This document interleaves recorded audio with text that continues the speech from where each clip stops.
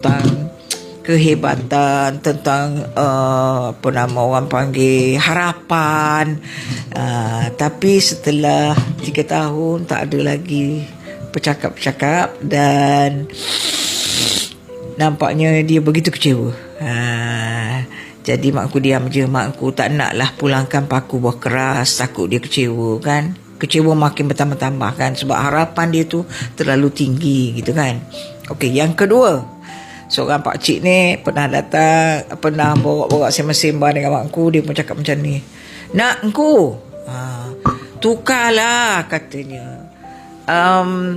"Sokonglah." Ni sebelum mengundi tu, mak aku cakap, "Tak, saya tetap dengan pilihan saya. Daripada dulu saya ni parti PAS. Walaupun saya bukan ahli PAS, tapi saya tetap sokong PAS. Dulu, kini dan insya-Allah pakcik selamanya." Dan dia dengan begitu berkobar-kobar kempen mak aku kan. Mak aku kata, "Tak payah, saya tak makan kempen dah." Lepas tu dia pun tak nak bercakap dengan mak aku. Tiba-tiba baru-baru ni dia cakap dengan abang dia, "Tak jalan lah, kita rupanya salah pilih." Mak aku masa tu dengan abang dia cerita dengan mak aku ketawa terbahak-bahak. Baru, tapi tak apalah, walaupun terlambat tapi sekurang-kurangnya sedar kan.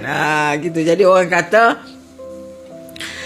janganlah tak sedar langsung sampai bila-bila, betul kan? Sampai sudahnya tak sedar-sedar. Tapi ni alhamdulillah dia sedar nampaknya, dan dia bagi tahu abang dia,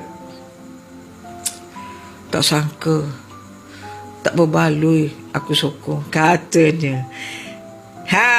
Orang-orang di luar sana, orang Sabah yang nak mengundi, ingat 2-3 hari lagi nak mengundi. Pilih yang betul-betul. Jangan pilih cantik sahaja, jangan pilih sedap didengar di telinga sahaja, tetapi kita tengok hasilnya. 3 tahun ni apa yang diorang buat? Kerana 100 kita rasa macam kita boleh memilih untuk 5 tahun lagi kerana 100 suka. Fikirlah ya, kepada orang-orang Sabahan, kepada orang-orang yang nak turun mengundi. Cuba tukar. Berpuluh-puluh tahun, 60 tahun BN memerintah. Apa yang sudahnya apa? So, sembahyang sunat, istiqoroh yang Islam, yang bukan Muslim.